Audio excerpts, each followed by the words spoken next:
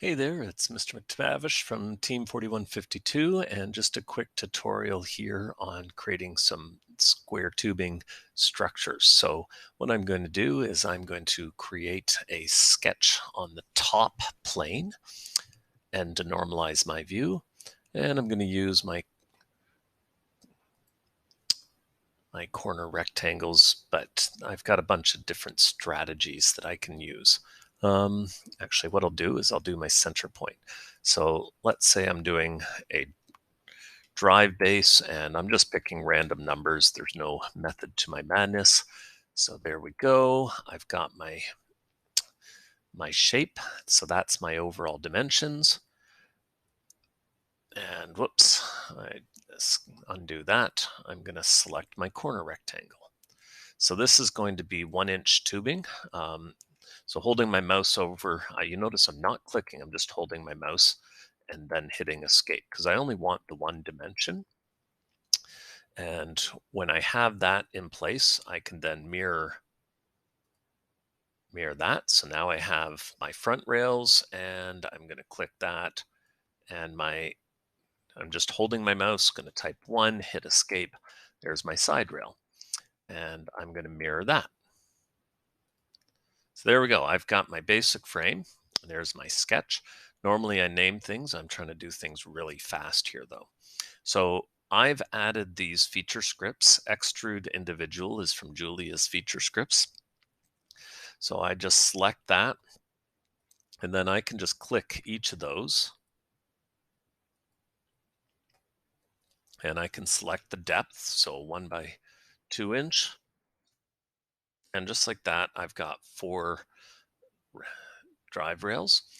I can then take the tube converter, again, it's from Julia's feature scripts, and to add custom features. Um, and here, bodies to convert, I just select those 4 bodies and I can select my pattern. That's great.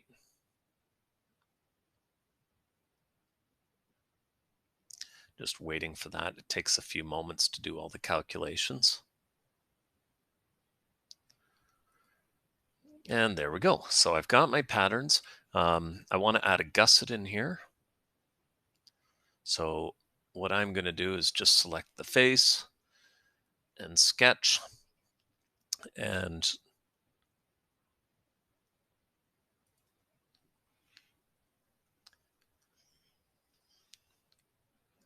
what I can do,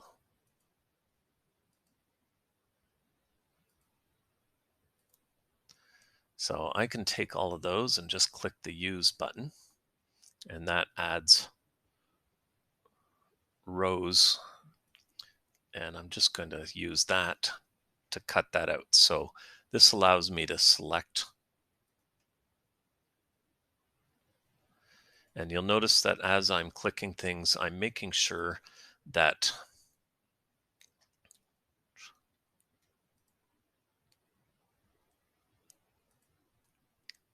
the little icons pop up, and those icons tell me that's going to be right angles. So that's great. And I'm just going to select those circles and click the use. I'm going to use those circles. There we go. And this is going to be 1/2 inch from there.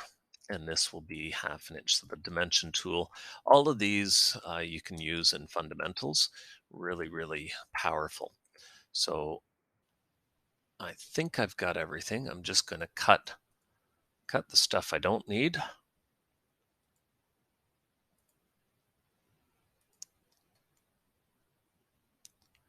And I should be able to extrude.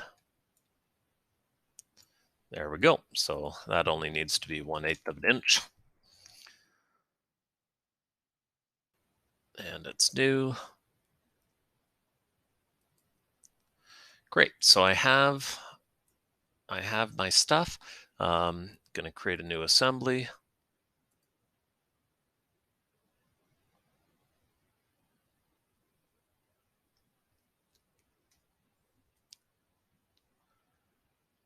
And I'm going to insert that.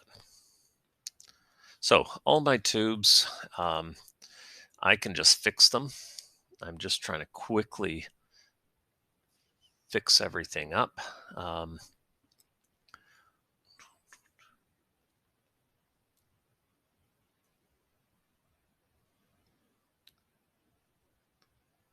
I can often use replicate.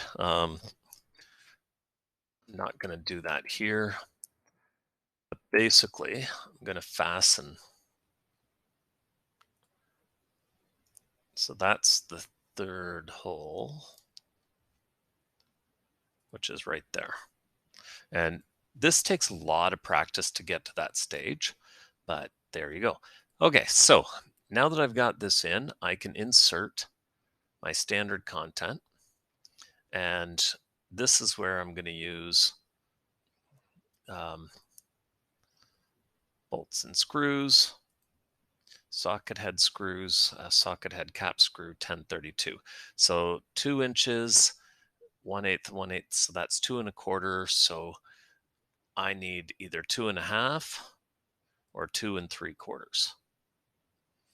And you can see I've added the part number from Fastenal so that I know where to go at. And because I've selected this face, that will insert all of those right there, which is great. And now what I'm going to do, I'm going to select that face and I'm going to insert, but this time it's going to be nuts. Machine screw nuts 1032. Again, I've got from Fastenal. And because I've selected the face, it will automatically identify all the holes. And there we go.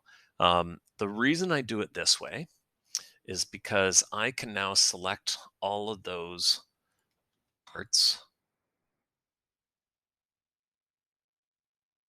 and I can create a subassembly.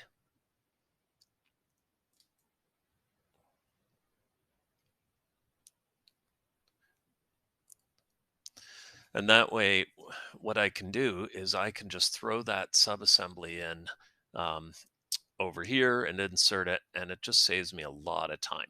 So there we go, tube converter,